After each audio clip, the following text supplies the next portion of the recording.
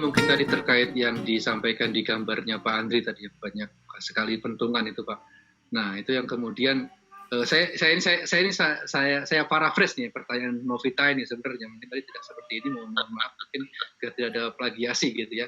Jadi kira-kira bagaimana membangun mental tahan banting, tahan kritik, tahan tolak dalam menulis paper Pak?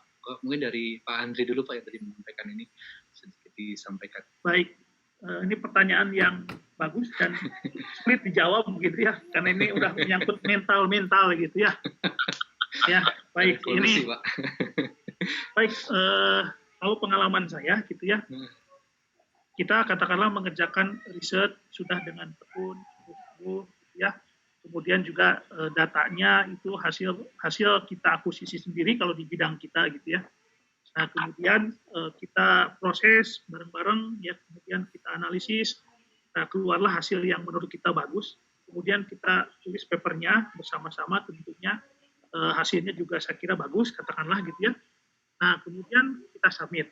Nah, pada saat di submit ini, nah artinya itu kita sudah punya level of confidence atau kepercayaan diri yang tinggi gitu, bahwa hasil kita, paper kita itu mestinya bisa diterima, ya. Nah, bahwasannya nanti banyak masukan dari reviewer, banyak masukan dari editor gitu ya, itu bisa iteratif, ya. Kita submit ke suatu jurnal, itu bulang balik ke reviewernya bisa 1 kali, bisa 2 kali, bisa 3 kali gitu ya. Nah, kalau kitanya ngeyel, karena kita memang percaya pada diri bahwa ini hasil kita udah benar, bagus, dan lain sebagainya, mestinya mental kita, psikologi kita kuat. Ya, dikritik yang konstruktif, kita bisa menjawab. Gitu.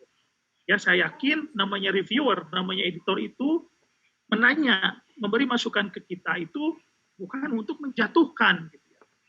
Ya, kadang-kadang saya juga suka melihat gitu ya, atau mungkin merasakan gitu. Kadang-kadang saya juga gitu ketika menguji, sebetulnya yang bagus menguji itu yang bisa memberikan masukan yang konstruktif, menanyakan yang memang kita belum tahu. Ya, kalau kita berpikirannya seperti itu, ya artinya kita harus percaya diri, secara psikologinya kita harus kuat karena kita percaya hasil kita itu sudah maksimal gitu ya. Nah, nanti kritik dan lain sebagainya kita jawab. Bahwasannya nanti oleh editor diputuskan diterima atau ditolak, itu urusan lain. Ditolak, kita cari paper yang lain. Ya, bukan berarti kita akhir segalanya ditolak gitu ya. Saya juga pernah ditolak beberapa kali gitu ya. Ya, ketika SMA dan lain sebagainya. Ya. Baik, ini ditolak SMA ini yang buat yang lain ini mungkin. Baik, kalau saya sampaikan mungkin bahwa sebelum masuk ke medan laga reviewer tadi, bahwa kita harus pastikan yang kita lakukan sudah maksimal, sudah baik, dan saat kita masuk kita dengan pikiran terbuka gitu. Ya. Baik, dari Pak Ili mungkin Pak kalau ada tambahan. Saya tambahkan sedikit. Jadi kita memang harus positive thinking ya, harus berpikir positif. Kalau ada masukan, jangan kata Pak Andri tadi bundung, harus open minded. Barangkali yang kita pikirkan itu belum lengkap, gitu ya. Tapi juga jangan anggap bahwa reviewer itu selalu benar, ya.